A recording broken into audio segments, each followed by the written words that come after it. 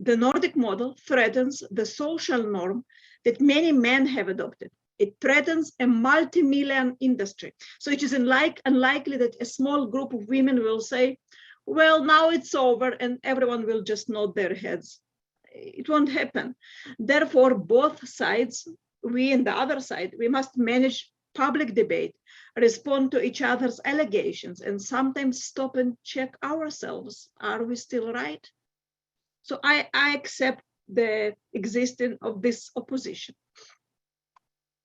Anyway, between 2018 and 2020, the anti-Nordic model lobby was established.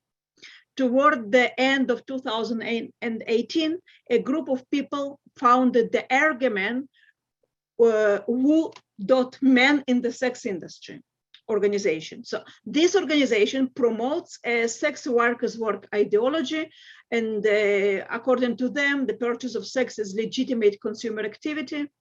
In 2019, they were registered as a non-profit. One comment, the activists between this NGO are not exclusively people in the sex industry. The organization has 11 founders. To my best knowledge, more than half have no connection to the sex trade. Of this, 4 are women from academia with PhD degrees, some of whom perform research related to the sex industry.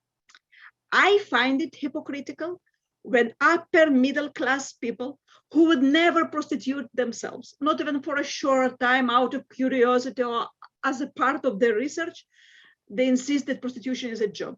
They know prostitution is not a job. They just believe that it's acceptable for people who are not of their social class, right?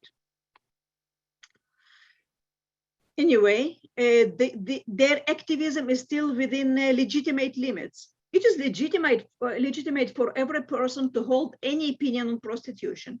I only find it dishonest to present activism of very privileged people as activism of sex workers.